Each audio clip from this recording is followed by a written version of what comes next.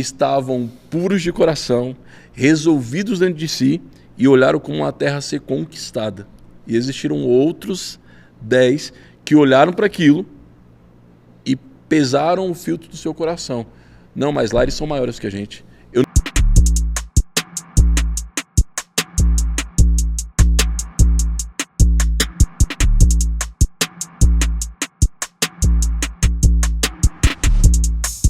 Fala pessoal, tudo bem? Estamos aqui em mais um Pontes Podcast e é uma honra poder estar aqui. Eu falei em alguns episódios anteriores que a oportunidade é uma mulher careca com franja na frente. Depois que ela passou, você não consegue pegar. E eu estou nesse estúdio aqui emprestado de uns irmãos, de uns amigos e aproveitando uma oportunidade. Lucas, que oportunidade é essa? É isso mesmo. Nós estamos em pleno carnaval no Arena Experience, né? Cuidando aqui da estrutura, e já existia uma estrutura pronta com grandes homens de Deus, com grandes empresários. E eu não posso perder a oportunidade, né, de agregar valor, né, para você que me assiste, de agregar valor ao nosso canal aqui, né, do Pontescast. Estou aqui, ó, cheio de pulseira. Cada pulseira dessa aqui é uma responsabilidade e uma missão que nós temos. E é muito bom servir pessoas, servir a Deus, servindo pessoas. E hoje eu tenho um irmão que é parceiro, ele tem se feito cada vez mais presente. Deus nos uniu numa missão e a gente tem crescido e honrado muito nessa missão, que é levar o Evangelho, levar a palavra de Deus, mentorar homens, mentorar famílias, mentorar filhos e fazer com que pessoas possam subir de nível. Então, eu queria te apresentar. Ele é empresário, ele é pai, ele é marido, ele é um grande homem de Deus, meu irmão e parceiro e amigo Vitor Nolasco. Seja bem-vindo, meu irmão. Que é isso, velho? Fiquei até emocionado com essa apresentação aí, você é doido? Tô aqui agora aqui. Tô muito feliz, cara, muito feliz mesmo. Obrigado pelo convite. Como você falou, né? Você é um irmão que a missão me deu. Eu estava até falando com a minha esposa, né? Tem pessoas na igreja, cara, que quando precisa da gente, a gente tem que estar lá perto, porque são pessoas que a gente vai querer perto, né, em vários momentos. E para mim você é uma dessas, cara, saca? Tipo assim, a parceria, né, tudo o que a gente precisa de você, você tá com o coração disponível e você é uma referência para mim nessa parte, né? Então, para mim você não é só um amigo, né, mas você é um irmão de missão, de jornada em Deus, e é muito importante para mim estar aqui com você hoje. Caracas, é muito bom, né? É muito bom a gente estar junto e a gente honrar junto, né? Hoje nós vivemos num mundo, né, numa estação onde as pessoas não podem confiar nas outras, onde as pessoas, elas sempre que elas encostam, elas estão com segundas intenções, um interesse a mais. E a gente, no Evangelho, a gente encontra amigos verdadeiros, pessoas que querem somar numa missão. Como você tem visto isso, meu irmão? Você é um cara que é empresário, você é um cara que cuida aí de um núcleo de mídia gigantesco, né? Mentoriza pessoas jovens. Como que você tem visto essa geração que está vindo? Quando você fala, mano, sobre confiança, né? Você falou a palavra confiança, né? E eu acho que uma das coisas que Jesus ensinou pra gente sobre confiança, porque na nossa jornada, né, vou falar assim, eu acho que jornada tanto ministerial quanto empresarial, em qualquer área da sua vida, você precisa de pessoas. Você precisa ter pessoas junto com você, você precisa de pessoas te ajudando, você precisa de pessoas caminhando ao seu lado. Ninguém chega a lugar nenhum sozinho, isso é um fato, eu acho que todo mundo já sabe disso, né? Mas eu acho que talvez essa seja uma das gerações mais inseguras em relação a relacionamentos, né? Como lidar com pessoas, como confiar em pessoas, principalmente numa geração que eu acho que a gente tem aquela brincadeira da geração Nutella, né? Então, assim, como confiar numa geração Nutella, né? Então, eu sinto que as pessoas hoje elas são mais inseguras quando a gente fala sobre confiança, né? Mas a verdade é que Jesus ensinou que liderança, ela exige confiança, né? Se você for parar para pensar, Jesus escolheu ali 12 homens, né? E entre desses 12 homens, um vendeu ele, um traiu ele, e Jesus sabia disso, né? Outro negou ele, né?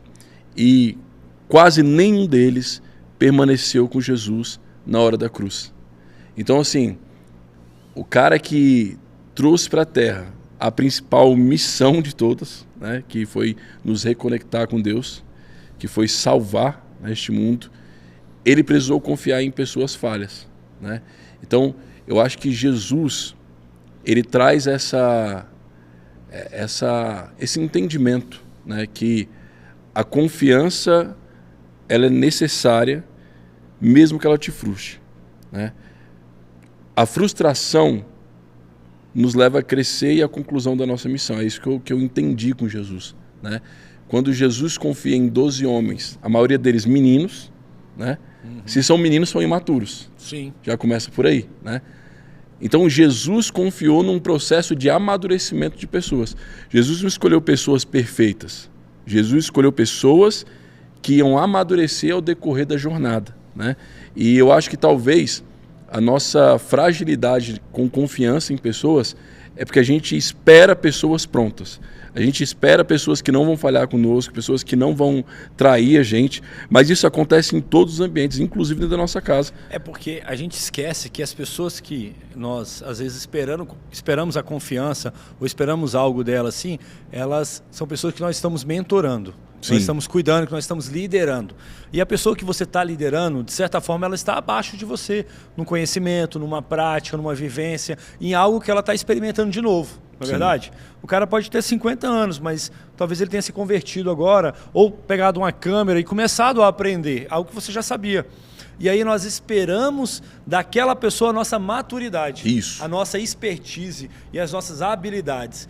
E aí a gente espera um 100% de alguém que só pode dar 40%, de alguém que só pode dar 30%. É isso. Né? E aí a gente não tem essa paciência da maturação para que você possa realmente dizer se você confia ou não numa pessoa. É isso. E eu lembro que há quantos anos atrás? Uns 10 anos atrás, eu estava aqui, nesse mesmo evento que nós estamos agora, numa posição completamente diferente que eu estou hoje, né? Eu era voluntário, eu estava aprendendo, né? Eu trabalho com comunicação, com marketing, né? Então, assim, eu sou da área já há alguns anos, mas há 10 anos atrás eu estava aqui aprendendo. E muito louco, porque você falou assim, não importa se a pessoa é nova, se ela já é velha, né? Porque eu tive uma virada na vida que foi quando eu comecei a ir para outra área, para essa área com 22 anos, né? Não foi tipo assim, desde novo, né? Sim. Eu tive uma virada de área na vida. Eu trabalhei até os 20 e poucos anos em uma coisa e depois eu tive que trabalhar em outra coisa. Então eu vim para cá aprendendo, né? E houve uma pessoa que me mentorizava, né? E às vezes... E confiou, né? E confiou. E às vezes eu achava que essa pessoa era carrasca demais comigo. Eu tinha essa impressão, sabe? Pô, mas esse não foi justo. O jeito que essa pessoa falou comigo foi justo, né? E hoje, estando aqui, né, nesse mesmo evento, cuidando e mentorizando pessoas que estavam na minha posição 10 anos atrás, eu consigo entender que o meu olhar depois de 10 anos já é viciado em coisas que eu aprendi e que eu dominei, né? E é justamente o que você falou, a gente espera que as pessoas entreguem aquilo que nós entregaríamos, né? E talvez esse seja um dos maiores, não vou dizer erro, né? Porque eu acho que a gente estica pessoas quando a gente eleva um padrão de exigência sobre algumas situações. Mas se a gente não toma cuidado, esse é o maior, é o principal motivo de frustração que a gente pode ter. O que faz você se frustrar, o que faz você perder ali, achar que é ilusão, achar que é perca de energia. Sim. Porque nesse processo de confiança, você... algumas pessoas saem de perto de você, outras aproximam, Isso. outras falam mal, reclamam, Isso. outras não conseguem caminhar juntos. E aí a gente precisa entender que o processo, a nossa essência não pode mudar por conta das outras pessoas. Sabe, a nossa essência de confiar. Jesus não deixou de confiar porque ele foi traído por um. Jesus ele não deixou de confiar porque ele foi negado por outro. Né? Jesus ele não voltou e falou assim, ó, existe uma missão, cabeção, calma aí, volta aqui.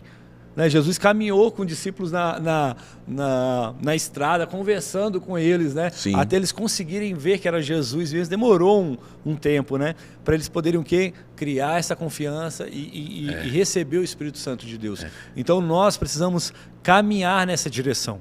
Sabe, meu pai, eu tive muito problema de confiar nas pessoas. Isso veio de berço. Meu pai falava muito assim, não confie nas pessoas. As pessoas vão te trair.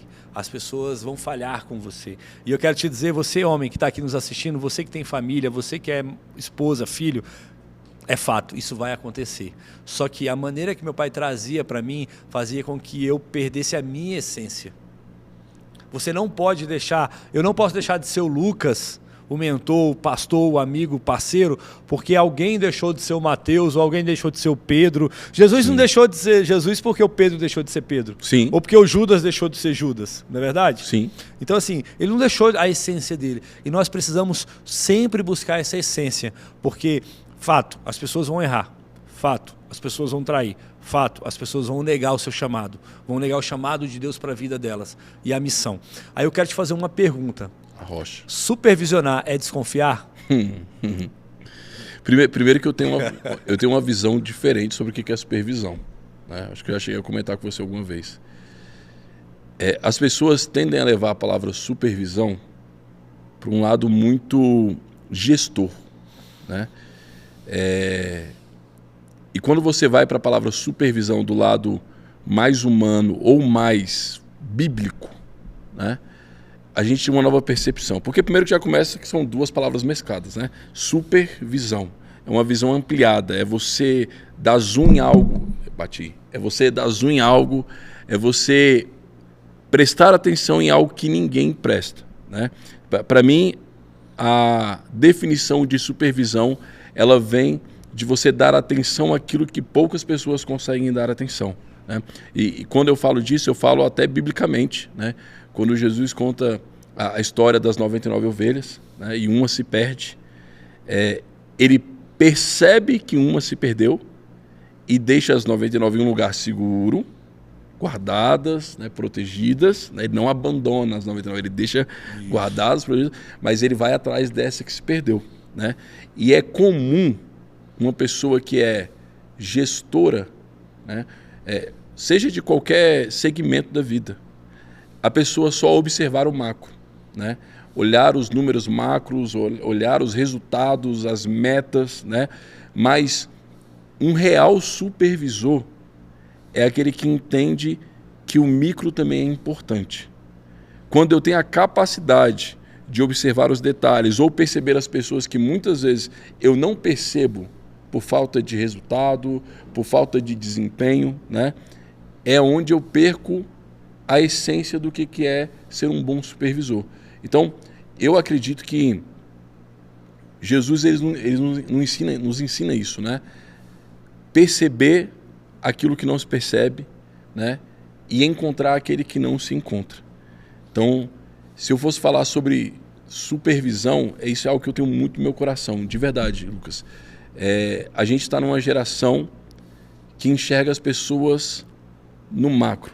Eu lembro que há muitos anos atrás, quando eu comecei minha jornada com Jesus, a gente falava muito sobre você não é mais um no meio da multidão.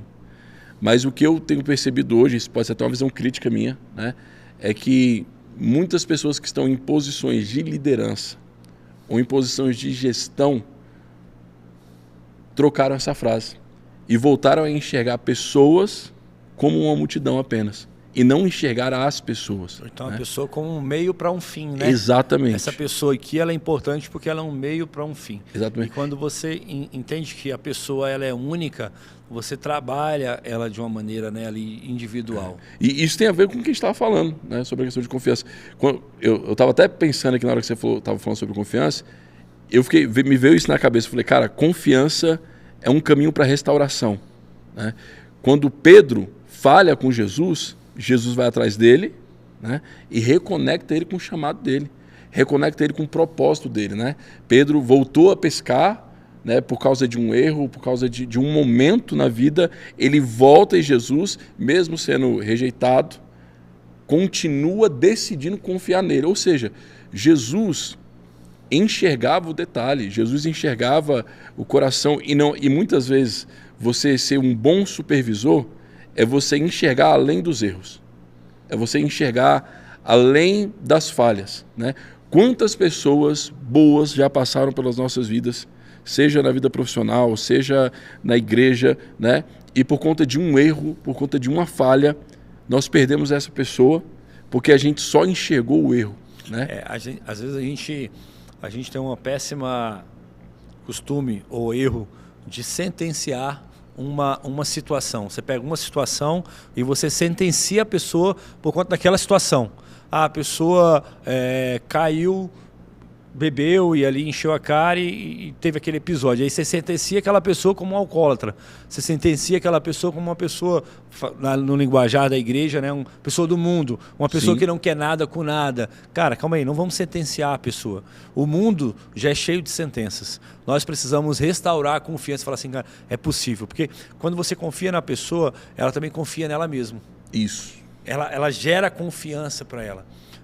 Quando eu tenho, né, graças a Deus, a liderança, e dentro da liderança, dentro da igreja, muitas pessoas chegam para mim e falam assim, ó, tem uma coisa que você não espera de mim. O que é? Que eu seja um líder. E eu falei, eu nunca esperei que você fosse um líder. Uai, não? Eu falei, não, fique em paz. Não, mas é porque eu não quero. Eu falei, cara, fique em paz. Só vem, só cola com a gente. E ele começa a viver, ele começa a ver a confiança, ele começa a viver em Deus, ele começa a ver que eu sou um cara... Não é que eu sou um cara desprendido, eu sou um cara desprendido. Eu não tenho ego para mim, eu não preciso levantar medalha para mim, entendeu? Sim. Nem palanque para mim. E eu vou indo, e o cara chega, conversa com fulano, você não quer liderar, mas você consegue me ajudar aqui só conversando com essa pessoa, só dando uma atenção para essa pessoa, e vai indo. E aí passa 1 mês, 2 meses, 3 meses, 6 meses, 8 meses, 1 ano, aí chega a pessoa, chega para mim e fala assim, pastor, não tem como. Vou ter que abrir a minha célula. É isso. Não tem como. Porque a confiança que a gente passou, né, tanto que é fácil, é seguro, é possível, sabe? É leve. A pessoa vai recebendo isso de uma maneira que ela vai gerando confiança dentro dela, de falar assim, cara, é possível reconstruir, é possível eu passar para a próxima fase, é possível eu viver de novo essa fase e passar por ela. Porque o que frustra um líder, né, dentro da confiança é ele chegar no chefão, vamos dizer assim, e voltar para a fase inicial. Ele começa e volta à fase inicial.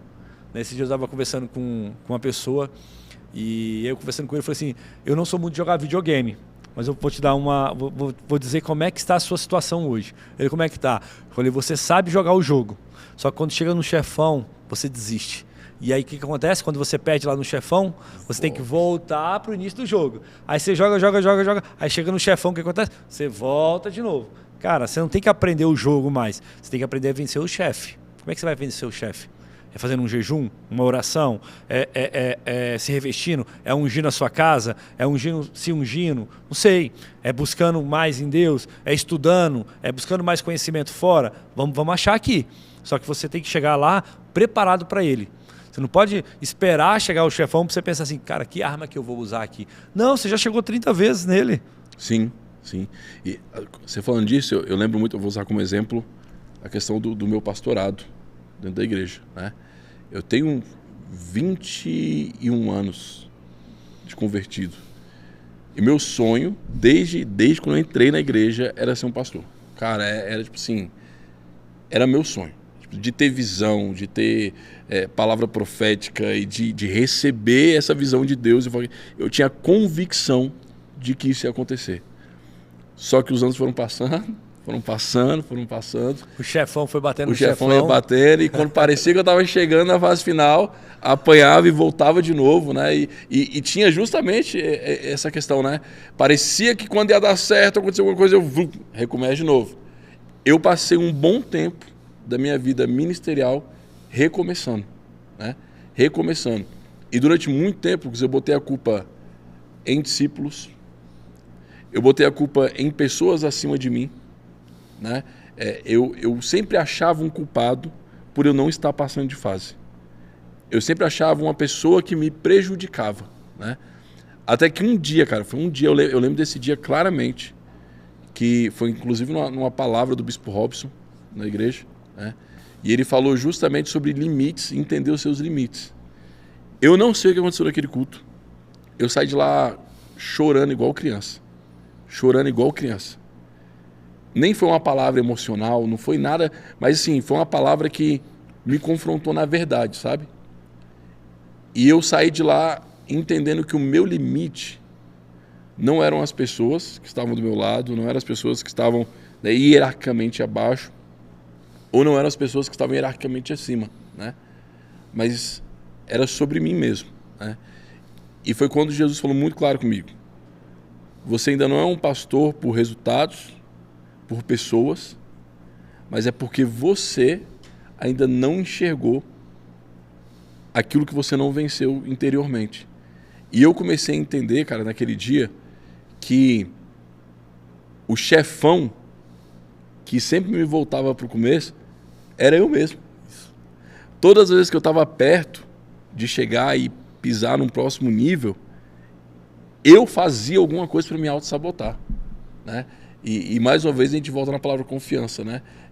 Eu não confiava em mim mesmo, né? E aí vem de um histórico familiar bizarro, né?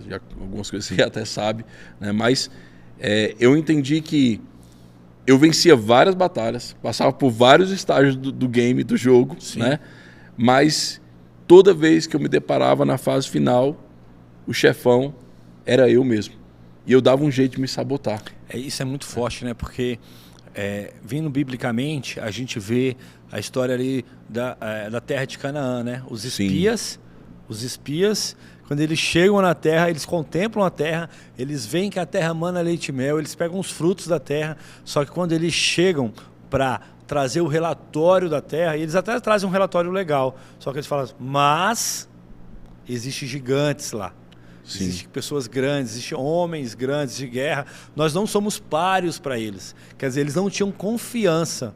Por mais que eles tinham a voz de Deus, por mais que eles tinham a nuvem, por mais que eles tivessem passado ali pelo mar, visto o faraó morrer, as carruagens, tudo, quando eles se depararam realmente com a abundância, com a guerra, com aquilo que eles sonhavam, eles se sabotaram. O coração do homem é um filtro, né? Quando eu vejo sobre os espias, essa é a forma que eu entendo. O coração do homem é o filtro pelo qual ele enxerga as coisas. Você está diante de uma promessa. Você está diante de uma terra prometida. Você está diante da prosperidade financeira. Você está diante da plenitude de Deus no seu casamento, na sua família. Você está diante da bênção de Deus. Mas na hora de você enxergar isso, você coloca o filtro do seu coração. Se você tem coisas mal resolvidas, você vai ver aquilo de uma forma diferente. Se você tem problemas com autoestima, você vai ver isso de uma forma diferente, né? Então, quando eu penso nos espias, eu penso exatamente nisso. Subiram 2 homens que estavam puros de coração, resolvidos dentro de si, e olharam como a terra ser conquistada. E existiram outros 10 que olharam para aquilo e pesaram o filtro do seu coração. Não, mas lá eles são maiores que a gente. Eu não sou tão grande quanto aqueles gigantes. Nossa, ali é impossível. Eu tenho medo, a gente não venceu nenhum deserto.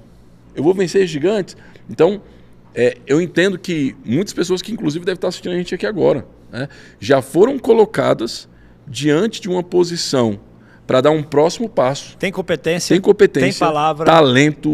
Mas quando chega... Tem tudo, tem todas as skills. Mas quando chega na hora de tomar a posse, ela volta para os velhos gatilhos, volta para o filtro do coração dela, que ainda não está 100% curado. Fala da confiança, né? E aí essa pessoa, ela treme diante de alcançar aquilo. O que ela tem que fazer? Volta para lá, eu vou levantar uma nova geração para tomar posse dessa terra. Porque uma geração, essa geração, eles conheciam a escravidão, né?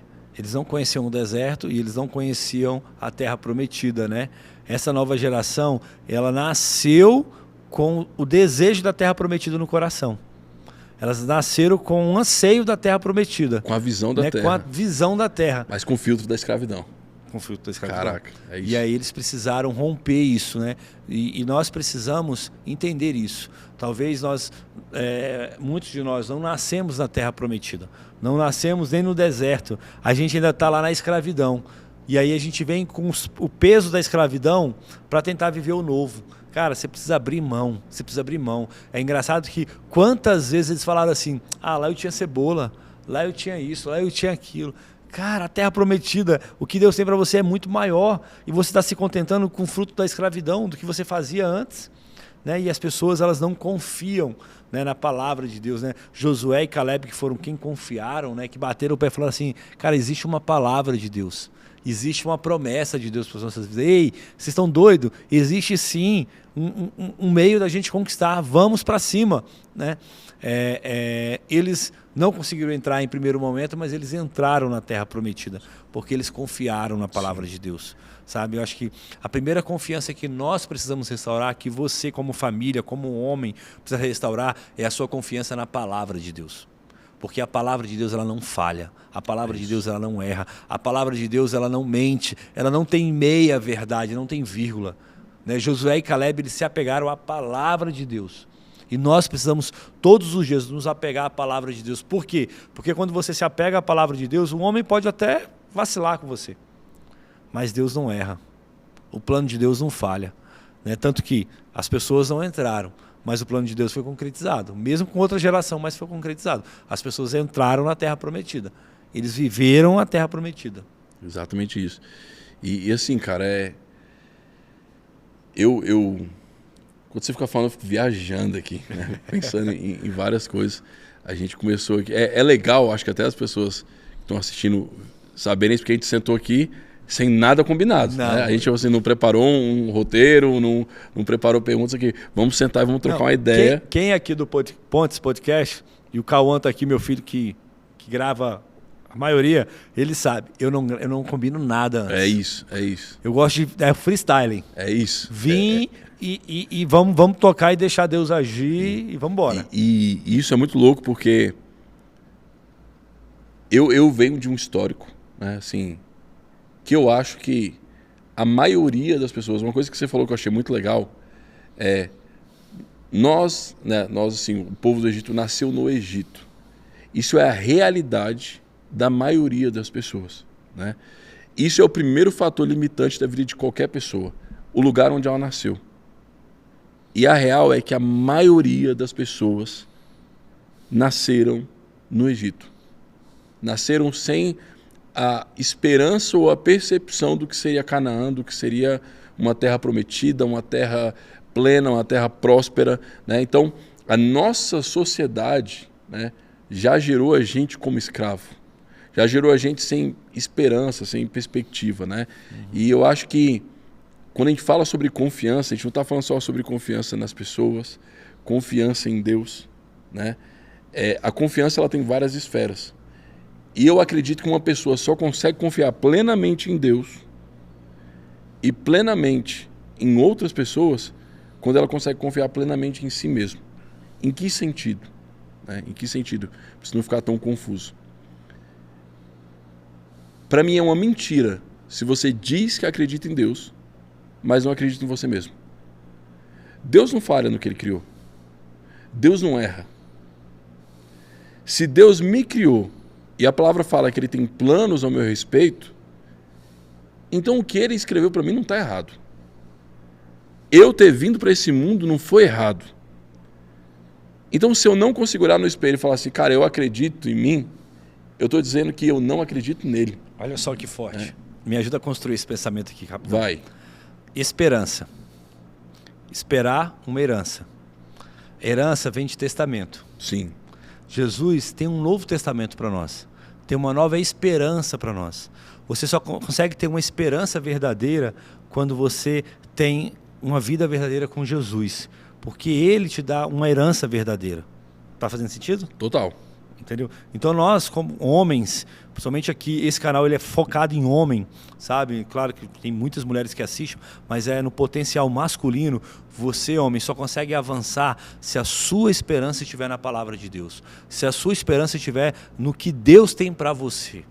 O pior erro do homem é querer viver o que não é de Deus para a sua vida. Você vive uma desesperança, que é? Que vem de desespero. Você não tem mais a herança, você perdeu aquilo. E a herança vem do testamento. Por que a Bíblia é dividida em testamento? Porque é a herança que Ele tem para nós, é a palavra dEle. Né? Então nós precisamos realmente resgatar essa esperança. Não a esperança que vem do nolasco, não a esperança que vem o problema da confiança hoje é que as pessoas estão depositando a esperança numa cartela premiada. estão depositando a esperança num cara que uma mulher está depositando toda a esperança num cara que encontrou na beira da esquina, num boteco. O homem quer uma mulher, cara, de balada, tipo assim, nada contra, mas, velho, é o que você vai encontrar. Sim. Né? O filho pródigo lá, vamos falar do filho pródigo. Você acha que quando ele o que é comer a comida dos porcos? O que é comer a lavagem dos porcos? Hoje para nós é o mundo, é esse carnavalzão aí. Sim, que você sai cheio de doença, que você sai, às vezes nem sai, já morre lá, entendeu?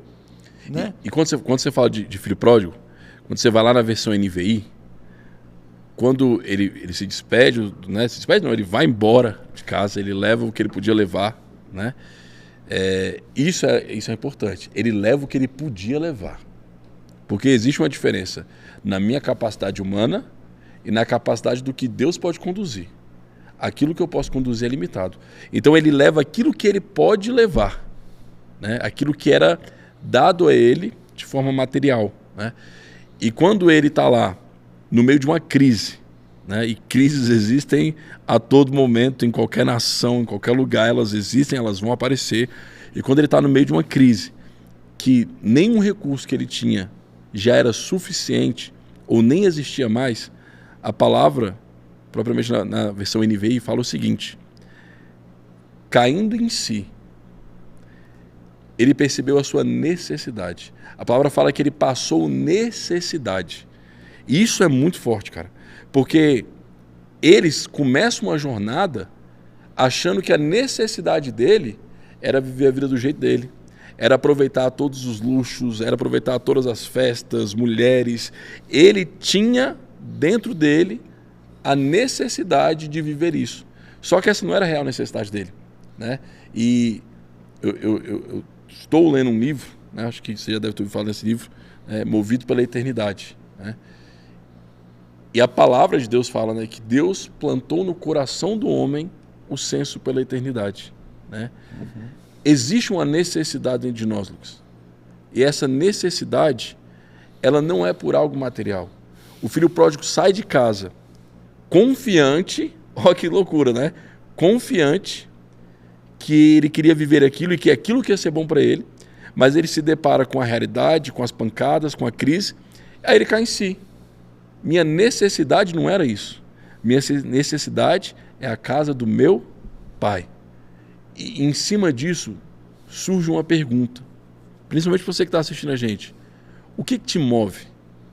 Sabe? O que te motiva?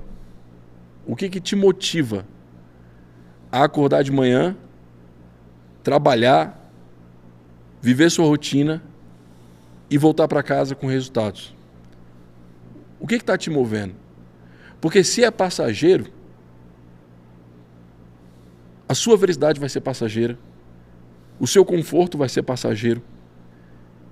O que eu entendo quando a gente fala sobre filho pródigo é a confiança dele estava naquilo que era passageiro e não naquilo que era eterno. A sua confiança, ela te leva para algum lugar. Exatamente. Em quem você confia ou em que você confia determina o lugar que você vai chegar. Enquanto ele confiou no dinheiro, enquanto ele confiou na fama, enquanto ele confiou no que ele podia pegar, ele foi para o fundo do poço. Exatamente. Quando ele chegou no fundo do poço, ele entendeu que a confiança dele, caindo em si, ele falou assim, cara, quantos empregados do meu pai vivem muito melhor, teriam o que comer, e eu estou aqui desejando a comida dos porcos, né? E aí ele mudou o foco da confiança dele. É isso. Ele falou assim, cara, meu pai vai me receber, eu tenho um pai que me recebe. Eu tenho um pai que eu sei que eu vou chegar lá. Não, e ele ainda volta meio assim, né? Assim, eu não sou digno. Ele volta com o vitimismo, né? Assim, eu não sou digno nem de ser chamado teu filho, né? Mas essa não é a visão. E ele quebra a cara de novo quando ele chega em casa. Porque primeiro ele quebra a cara quando ele cai em si, e ele percebe que ele depositou a confiança e o destino da vida dele em algo errado. Aí quando ele quebra a cara, ele volta para casa do pai e ele quebra a cara de novo. Porque ele vai para um pai que ele tem a visão distorcida, né? Que é um pai severo, que vai castigar, né? E aí ele chega lá, eu não sou digno de ser chamado seu filho. O que o pai faz? Não, negativo. Vem aqui você vai ter o melhor, tragam a melhor roupa, a melhor veste, vamos matar um novilho, vamos fazer um churrascão aqui na brasa, né? Vamos fazer o melhor, porque meu filho que estava morto agora está vivo, né? Ou seja, a primeira coisa que o pai faz a respeito do filho pródigo, quando ele decide retornar para casa, é restaurar a confiança de quem ele é. E quantas pessoas, né, estão até nos assistindo, vai nos assistir, deixam de voltar para a casa do pai porque não tem essa confiança, né? Eu quero te dizer que talvez você esteja afastado da liderança, da igreja, talvez você esteja afastado do corpo de Cristo e você não volta porque você não tem essa confiança de voltar e ser recebido. Eu quero te dizer que nós estamos aqui te esperando, que tudo que nós queremos e oramos é para que você possa estar de volta em comunidade conosco. Nós te amamos, sabe? Nós te amamos, a igreja te ama, o teu pai te ama. Se João 3,17 diz que Deus não mandou seu filho para julgar o mundo, mas para amar o mundo. Se ele mandou Jesus para amar o mundo, quem sou eu?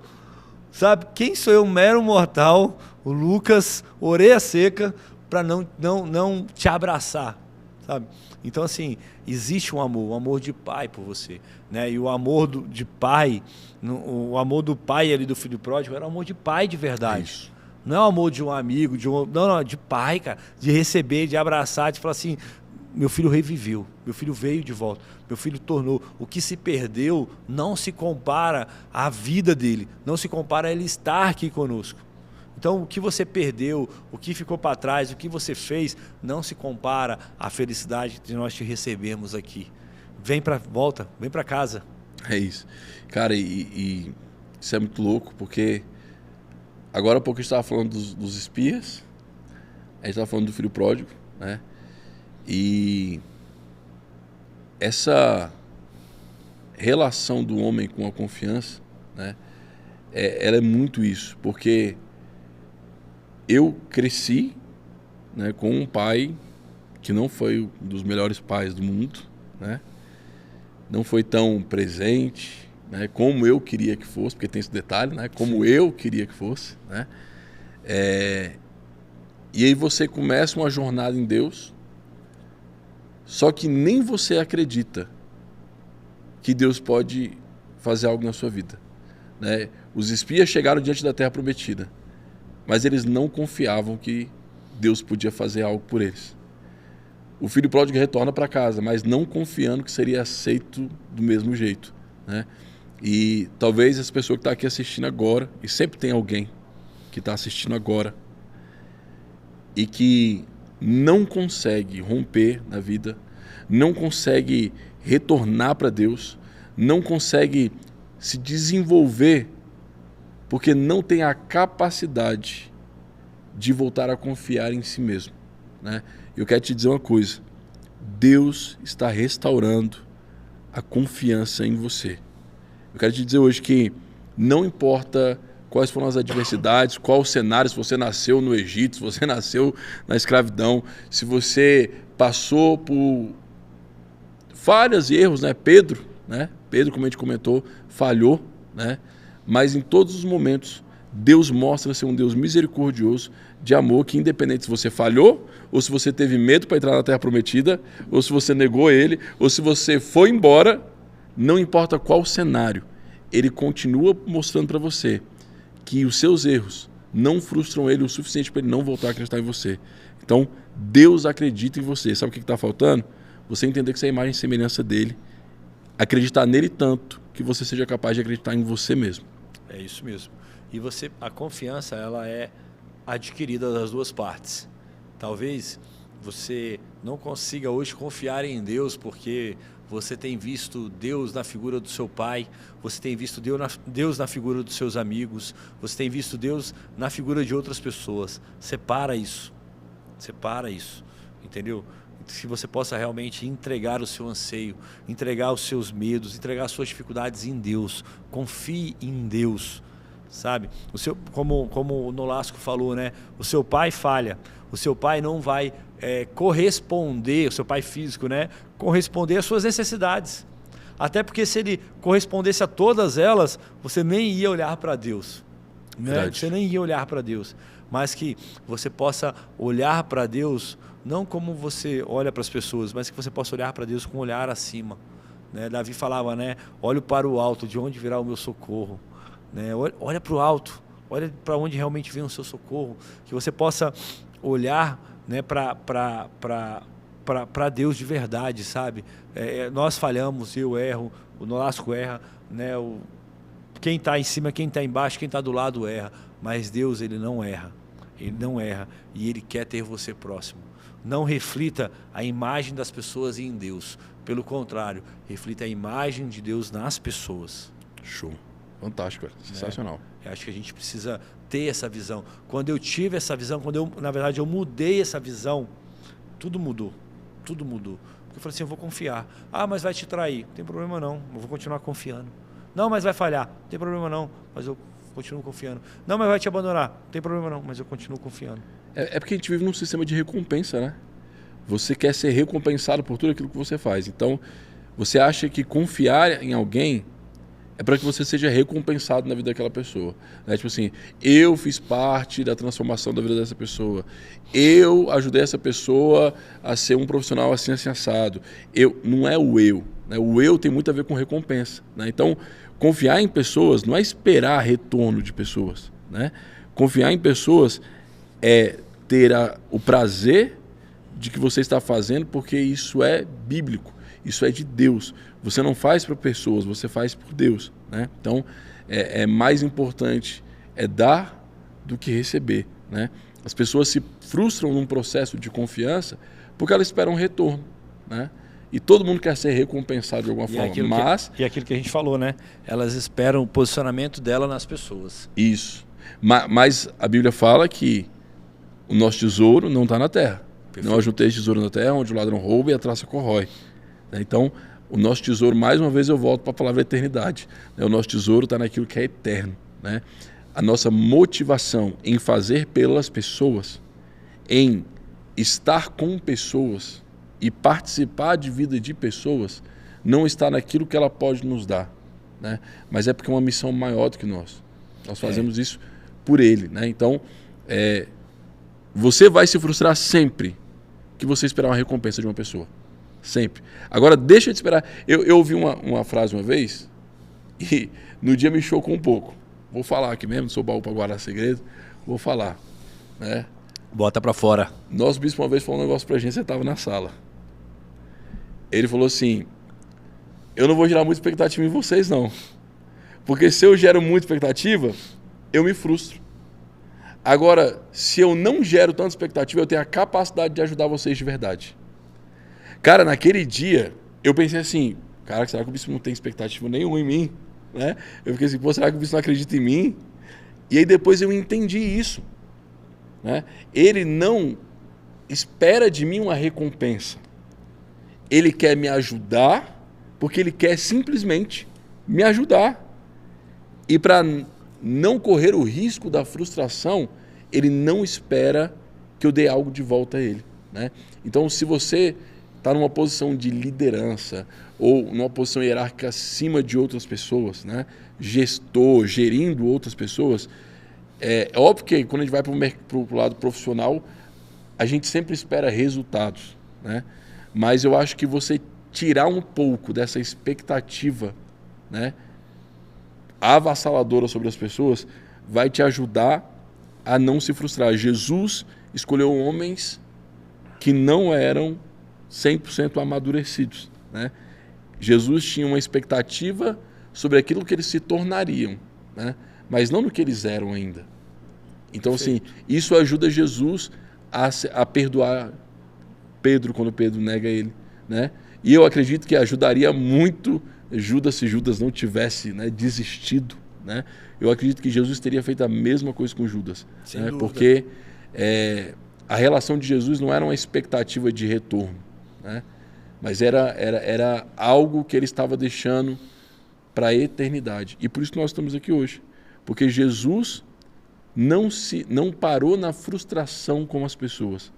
Ele continuou confiando nas pessoas. Então esse processo de confiança fez com que o evangelho chegasse até aqui agora e a gente estivesse conversando sobre isso, porque Jesus aprendeu a lidar com a frustração. Jesus mostra pra gente o que é a essência real da confiança. E aprender a lidar com a frustração, que é confiar, né? É você realmente quebrar isso, né? Não ficar preso. O cara que fica preso na frustração, ele fica preso no passado. Ele fica preso na incompetência dele ou de outras pessoas. Ele coloca o peso de uma situação num todo. Né? Então nós precisamos aprender a isolar a situação para que a frustração não tome conta do nosso coração. Né? O jargão que meu pai usava, eu já falei aqui em vários podcasts, é que era um peso de uma frustração que ele teve muito grande. Em pessoas, em situações, confiou demais ou confiou de menos, não sei, entendeu? E acabou se perdendo naquilo. E aí o que aconteceu? Quanto mais ele desconfiava das pessoas, menos ele crescia. Menos ele tinha uma capacidade de absorver as pancadas e avançar. Então nós precisamos entender isso. O meu braço, ele tem uma limitação. Mas se eu pego aqui em você, ó seu braço, eu posso fazer meu braço chegar aí. É isso. É verdade, ó. Eu só consigo entregar aqui. Mas se eu entrego para você, você já entrega para lá. Mas para isso eu preciso confiar. Eu preciso confiar que você vai pegar essa caneca e você vai exercer esse papel. Né? E caiu, beleza. Foi inconsequente, errou, não quis, sacaneou, errou. Então vamos tentar um outro braço, vamos tentar uma outra pessoa. Porque o confiar é isso. Né? A gente está na transmissão, né, do Arena Experience, cuidando da transmissão e de várias outras áreas. E eu fui fazer uma oração ali com o pessoal mais cedo. E eu falei assim, ó, vamos pegar num ombro um de cada um? O fato de você pegar num ombro do seu irmão, da pessoa que está do seu lado, do homem que está do seu lado aí na missão, é você saber que você pode ombrar com uma pessoa. E você saber que o ombro, quando uma pessoa cai, você pega, joga ela no seu ombro, né? Um peso você põe no ombro para aliviar aquele peso da outra pessoa. Então nós não estamos aqui para jogar o peso em cima do outro, mas nós estamos aqui para aliviar o peso um do outro. Se a gente entender isso, a gente vai longe. Cara, meu irmão está chateado, meu irmão está cansado. Deixa eu aliviar o peso dele aqui, deixa eu pegar a câmera aqui um pouco, deixa eu assumir essa função, deixa eu andar uma milha a mais, porque ele tá mais para baixo. Né? E dentro da empresa, se você gerar uma empresa assim, se você gerar colaboradores que vão ombrar um com o outro, cara, você vai muito mais longe. Sim. Agora, se você gerar um nível de desconfiança, um nível de não posso mexer, porque se eu mexer alguém vai estar olhando, e aí se alguém olhar e ver eu pegando já vai falar mal, e vai dizer... Aí todo mundo trabalha tenso, né? O principal estímulo das pessoas no ambiente profissional é a competição, né? E não o senso de unidade, né? Então, assim, eu vejo que isso... Eu trabalho com senso de unidade, sabia? Sim. Eu sempre trabalhei com senso de unidade. O pessoal, vamos levar isso, vamos fazer isso, vamos mostrar que os números são maiores do que tudo, e aí a gente vai ser melhor por conta dos números. Os números é muito bom, mas o que adianta eu ter um número X e perder tantos soldados no meio dessa guerra? Entendeu? O que adianta eu bater, sei lá, ganhar 10 milhões, vamos botar em dinheiro aqui, para não botar em pessoas. Ganhar 10 milhões, mas ter uma empresa que não se sustenta mais um mês, que não consegue mais avançar. O que adianta eu chegar no final ali do semestre e arregaçar nas metas, mas ter pessoas feridas no meio do caminho. Sim. Então, o meu foco da liderança sempre é em pessoas. Sempre é em pessoas. Você vai demorar mais para chegar? Vou. Mas eu vou chegar com o time inteiro. Eu vou chegar com o exército inteiro. Eu vou chegar forte. Eu vou chegar com a galera. Vai cansar? Vai. Mas a galera unida. Meu irmão, sabendo para onde vai. Remando na mesma direção. Top. A recompensa. A recompensa que nós temos, né, pela nossa passagem na Terra é a salvação. Mas a nossa recompensa, cara, ela não é exclusiva. Olha que louco, né? Ela é para todos. Inclusive nós somos incentivados por Jesus a trazer todos. Então aquilo que nós buscamos individualmente, que seria a nossa recompensa, Jesus nos estimula a trazer conosco outras pessoas. Ide por todo mundo, pregar o evangelho, batendo no Pai, Filho e Espírito Santo. Jesus pega aquilo que para nós é o mais precioso e o mais valioso, que é a nossa recompensa, e fala assim, a sua recompensa é essa, mas eu não quero que você venha só. Não pode morrer em você, né? Não pode morrer em você. Então, o senso de competição, né? Ele gera muito esse senso de egoísmo, né? Tipo assim, cara, eu que vou viver isso, eu que vou chegar primeiro. No céu não tem primeiro, não tem último, né? Tem quem chega, pô, e quem não chega. Né? Irmão, eu quero chegar nem que seja no último trem, nem que seja como operário Tem que seja mancando, destruído, limpador de banheiro. Eu quero chegar lá, né? Então, assim,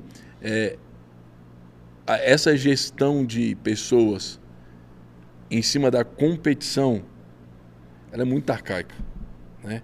É em cima de uma visão de mostrar ser melhor do que os outros. E eu acho que a linguagem hoje, né, que tem se falado muito, mas é uma linguagem que Jesus carrega há muito tempo, né, é que nenhuma grande revolução, nenhum grande resultado se constrói sozinho. Jesus veio para a Terra sendo Deus, né? No princípio era o Verbo estava com Deus, né? Então, assim, o Verbo se fez carne, né? Ele vem para a Terra como Deus, podendo fazer milagre, podendo curar, podendo fazer e acontecer. Mas ele escolhe 12 pessoas. Ele escolhe 12 pessoas para concluir a missão. E olha o que ele fala. Vocês farão obras maiores do que... Ou seja, a extensão aqui, ó, da mão aqui do copo. Vocês vão pegar aqui agora e vocês vão levar mais longe. E para você ver, né? Não tem vaidade, né? Não tem vaidade. Vocês vão fazer obras maiores do que a minha, mesmo eu sendo Jesus. E é engraçado, é uma coisa que você falou, que eu fiquei pensando aqui, quando a gente leva a competição como algo principal, né? A gente estava falando sobre isso, sobre a vitória, né, em cima da competição, e que isso é arcaico, isso leva líderes apegados a títulos. Sim, e não total. apegado ao que... Porque o que a gente tem que pensar? O meu título dentro de uma liderança, como CEO, como chefe, como patrão, como pastor, como bispo, é um título para servir mais as pessoas. E não para ser servido. Quando você tem esse título em cima só de uma conquista pessoal de número, quando você chega, você quer ser servido. Sim. Quando você chega e fala... cheguei, sentei, agora venham que eu sou o Deus tal, me dá aqui o que eu preciso. Não, cara, o título que nós temos, em qualquer esfera que venha nessa vida, é para que você possa servir pessoas. Se Deus te fez um grande empresário, é para você servir pessoas. Se Ele te fez um pastor, um obreiro, um diácono, se Ele te fez um bispo, se Ele te fez um corretor, enfim, dentro do título, dentro da hierarquia que você está. Se você está como cabeça, cara, é para que você possa servir mais pessoas. É para que você possa, né, avançar. A gente está no evento aqui, né, e aí as pessoas, e aí, tá cansado, cara, tô morto de cansado. Mas eu tenho falado, o meu cansaço cada ano que passa, ele deixa de ser um cansaço apenas físico e eles começam a vir um cansaço mais mental. Por quê? Porque eu estou cuidando mais de pessoas. Sim. Eu preciso sentar com mais pessoas. Eu preciso ajustar ali conflitos, né? Conflitos e situações para que a gente possa realmente fazer com que essas pessoas não desistam. Fazer com que aquela crise momentânea não se torne algo permanente. Né? As pessoas, às vezes, quando elas não têm isso, ela pega uma crise momentânea, ela pega uma situação isolada e faz aquilo permanente na vida dela. Sim. E elas desistem do propósito, desistem da missão, desistem de um casamento, desistem dos filhos desistem dos pais, porque pega uma crise momentânea e faz algo permanente na vida dela. E pode a gente estar assistindo e falar assim, mas isso aí é papo de crente, né? É papo de coisa de igreja, o que eu faço é para servir as pessoas. Mas, cara, para pensar que quando você é um empresário, né, de sucesso, você tem um negócio rentável, você alimenta famílias, você gera emprego, né? Então, se a gente for parar para botar na balança, todo o processo de vida está em servir pessoas, está em gerar recurso para as pessoas, seja no âmbito ministerial, religioso, ou seja na esfera profissional. Tudo que nós fazemos é um chamado para facilitar a vida de pessoas, né? Eu lembro que quando eu estava estudando ainda e aprendendo sobre publicidade, sobre marketing, né, a gente chega no porquê das coisas, no porquê dos produtos, né? Todo produto que tem sucesso, ele resolve um problema. Ele traz uma solução. Ou seja, produtos que têm sucesso, pessoas que ficam ricas porque criaram algo de sucesso, um produto de sucesso, elas ficaram ricas porque elas tiveram a capacidade de resolver o problema de alguma pessoa, ou seja, de pensar no próximo, né? Então, Se a gente for parar para pensar nisso aqui, o segredo da prosperidade, da plenitude está na capacidade de pensar no próximo. Né? Cara, isso é muito forte. Velho. É a essência, né? A essência que Jesus trouxe para nós, a essência da vida é servir. É servir, sabe? E a Bíblia fala que maior é o que serve, né? Isso. Maior é o que serve. Né? Enquanto ali os discípulos estavam brigando para saber quem teria a melhor posição, a posição de mais destaque do lado de Jesus, Jesus pega uma bacia, pega um paninho e vai para os pés de cada um dos seus discípulos fazer um ato de maior humildade. Naquela época era lavar os pés das pessoas. Que até hoje é, né? Sim. Até hoje é. Sabe? Que é lavar os pés dos seus discípulos. Né? Sendo o maior, se fez o menor. Né? Para que a palavra de Deus pudesse ser engrandecida. Né? Para que ele pudesse resplandecer Deus naquele lugar. Né? Para que Deus pudesse ser manifestado de uma maneira diferente. Top, top. Sensacional, cara. Eu creio nisso, mano. É isso. Saca? A gente já falou de tanta coisa aqui. Mas falando sobre confiança. Falando... A gente vai precisar encerrar. Não, para não. 5 minutinhos só, né? Cauã, como é que tá aí, pessoal? Tem que encerrar, né? Já a gente tem outro compromisso. Tá muito bom. Eu quero que você deixe as suas considerações finais. Top. Fala aí. Deixa as suas considerações finais aí.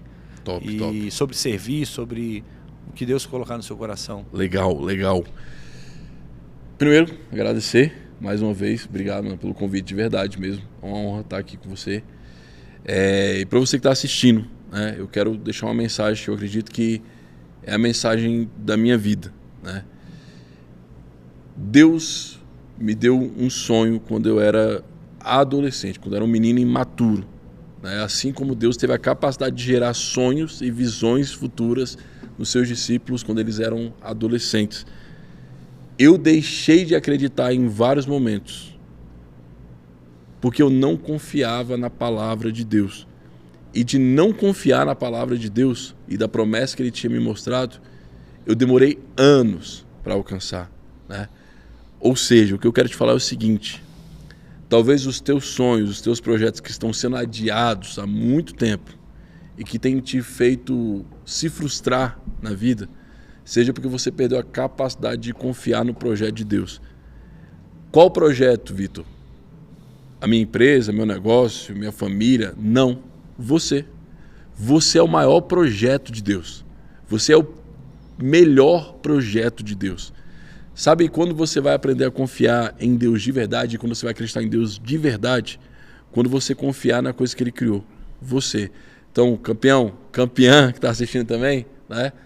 Acredite no projeto de Deus. Você é a matéria-prima de qualquer sonho que Ele quer realizar na sua vida. É isso.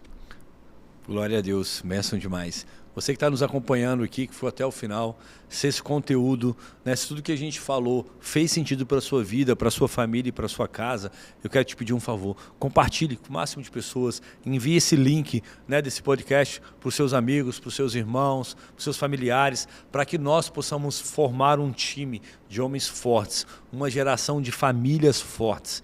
Lembra de uma coisa, uma família forte vem de um homem forte. Vem de um homem que sabe aonde está, de um homem que sabe para onde que vai. Sabe, nós temos visto famílias falidas, famílias destruídas, famílias por falta da confiança têm se perdido nesse mundo. Então que você possa confiar em Deus, confiar na palavra de Deus, confiar no que Deus tem para a sua vida, para a sua casa. Existem promessas de Deus que para você acessar, você precisa confiar. Confiar que existe um testamento para você, que existe uma herança para você, que existe, sabe, algo separado para você.